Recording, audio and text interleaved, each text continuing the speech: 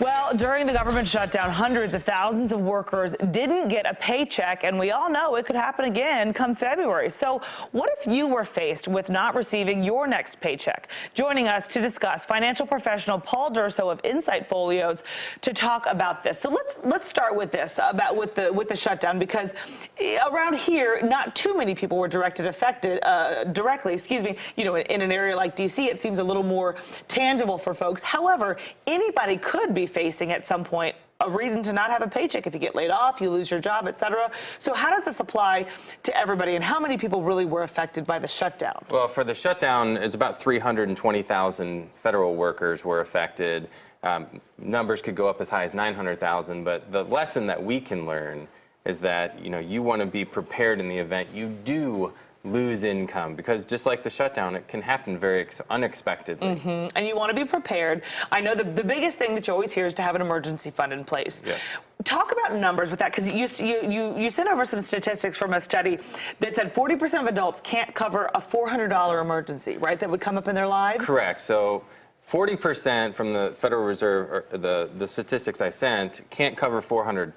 25% of all Americans don't have any money in emergency reserve. At all. So that means the difference is only a $400 emergency. So, you know, there's not a whole lot of people saving. Everybody's living paycheck to paycheck. That's where this type of crisis can really wreak havoc, because nobody has anything to fall back on. So how do you do that? If you are living paycheck to paycheck, you're kind of living at the top of your means already, and you literally feel like, look, we need every dollar to put toward this. How do you start to build up that emergency fund anyway? So, you know, you have to instill that budget word. You know, you've got to go to the essentials. Where could we, you know, even if it's $25 a week or $100, well, $50 a month, something like that. You know, you've got to start somewhere, and I liken it to dieting. You know, it's very difficult. You make a little room, you lose a little weight, you know, you save a little money, you build it up, and then all of a sudden it's gone. That creates discipline. I mean, you're going to have to instill some form of discipline to save.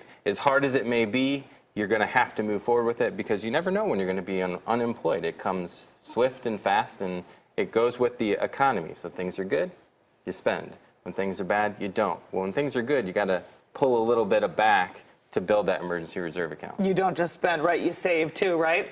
So let's talk about if the shutdown happens again, or if anyone were to lose his or her job unexpectedly.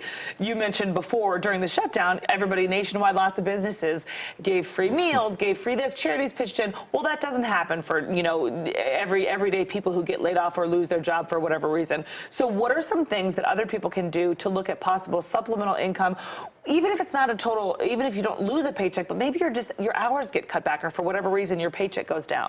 Well, that's where it becomes very difficult, because we're not going to get the benefits of this massive shutdown with the government like the charities, where we're going to have to be forced to look for a part-time job or pick up hours somewhere else. You know, there's lots of jobs. Our economy is actually pretty good right now, so heaven forbid you lose your job. In today's environment, you would be able to find some type of part-time job. You might not like it, you might not want to do it, right, but there's plenty of opportunity out there. Paul Durso with Insight Folios, thank you so much for the insight.